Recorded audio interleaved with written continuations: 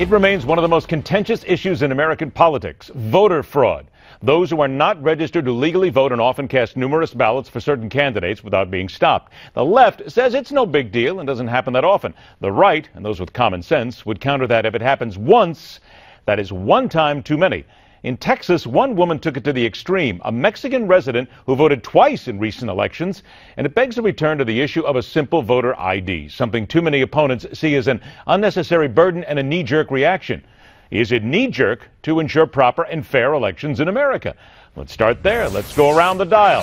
This time stopping at 570 KLIF in the Dallas-Fort Worth Metroplex, weekday afternoon home of the Defender of Liberty, Grant Stinchfield. All right, Grant, this one happened in your own backyard here in North Texas. It is a felony, second-degree felony, as a matter of fact, and I think it's right to point out here, look, if it happens once, and we're seeing the picture now of the woman, Rosa Maria Ortega, 35 years of age, if it happens once, that's once too often. We got to stop the excuses here, Grant. Well, absolutely. Your most important right is your right to vote because it depends on how this country is run. And I'll tell you, voter ID laws make sense. And, Ed, it's an example of the disconnect in this nation. I had to go to the IRS office the other day to pay some taxes. I had to show an ID just to get into the building.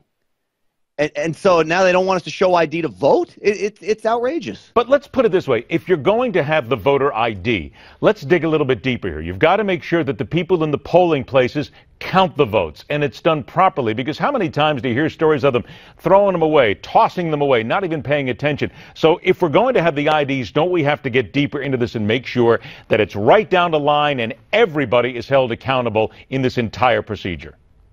Yeah, and I'm actually a big proponent of some of this electronic voting. You know, here in Dallas County, where this radio show is, we actually take the paper ballots, you feed it into a machine, and you do it yourself. You never hand that paper ballot to a clerk. Now, people will say, oh, well, what if the machine malfunctions?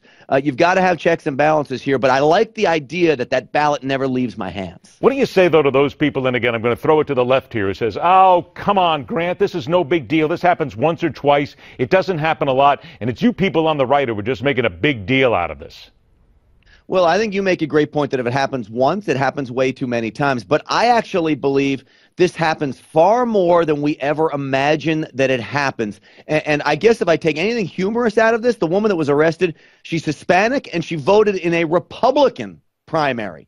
And so I'm sure that caught some people by surprise because typically we're very worried about Hispanics voting in Democratic primaries. And so as conservatives, we don't want any kind of voter fraud on either side of the aisle. It's wrong. We're a party of laws and rules and regulations. Let's follow them. One time too many. I'm right with you on that. All right, here we go. The president on Monday directing federal agencies to ban the box in hiring decisions. This means the box on employment applications that ask prospective government employees about their criminal histories on job applications. He wants to take these away. Now, before we start, here's John Oliver. He tackled this whole thing in the latest episode of his show recently.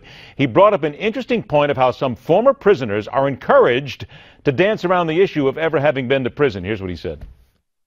Some states seem to even acknowledge how hard this process can be. Ohio actually has a list of job tips for ex-offenders with do's and don'ts, such as do be honest, but if you're asked why you left your last job, don't use negative words like went to jail. Instead, do use terms like relocated or contract ended. Both of these are true. So here's the question now. Apparently, the president says this is meant to ease the reentry of former inmates into society. All right, I'll play down the middle here, Grant. That has a good point. We got to put people back to work eventually. But isn't this still a lie as a lie as a lie?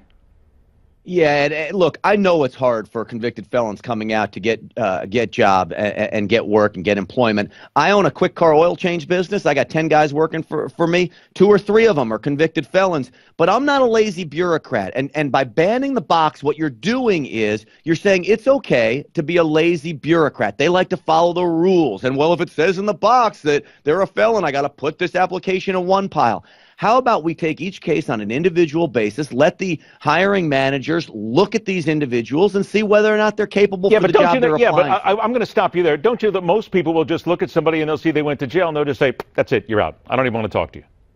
Well, then I think that we need to work with those people because that's wrong. I'll tell you one thing's for sure. Some of these offenders coming out of prison make for terrific employees. Now, they've got to be in the right role, and you've got to make sure you don't put them in positions to reoffend again. But it's good for society when they're working. I just think that it is important information, just as whether or not you have a master's degree, a college degree, or a high school degree. You're going to want to know if somebody was in prison because it speaks to that person, their history. And sure, people can change and people deserve second chances, but I think it's an important piece of information when you're doing hiring. And about a minute left here. Speaking of people who don't always tell everything about their past or learning about their past, we have the little items that are going on regarding Ben Carson. Donald Trump recently said of Ben Carson, if you hit your mother over the head with a hammer, your polls go up.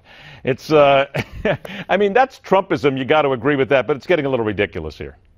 It is getting ridiculous. And Ben Carson fired back at the media over the weekend, and he said, hey, why aren't you looking at all these things about President Obama, his sketchy college education, where he was born, all these things that he did, you know, having fundraisers with terrorists? Why aren't you looking into those things and looking into me here? And I think finally Ben Carson is showing some passion, fighting back. This may have actually been good for him. As Donald Trump said, the reason it's good is because we're all fed up with the mainstream media. This puts Ben Carson like he's being attacked. He plays the role of the victim, and if he comes out strong enough, I think probably Donald Trump's right. His poll numbers will rise. Oh, boy, you and I are going to talk about the mainstream media one day because I'll tell you what, I'm a journalist. I think everybody should take the questions and answer them. But that's going to be another story for another day. Don't forget 570 KLIF in the Dallas-Fort Worth Metroplex. Weekday afternoons, Grant Stinchfield is there.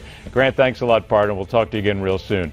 Speaking of politics, let's remind you that Newsmax's post-debate special immediately following tonight's GOP debate starts at 11 o'clock Eastern Time. It is an all-star guest roundup. Michael Savage, Dick Morris, John Zogby, Craig Shirley, and a whole lot more. And you can weigh in and vote on who won the debate. It's tonight on Newsmax.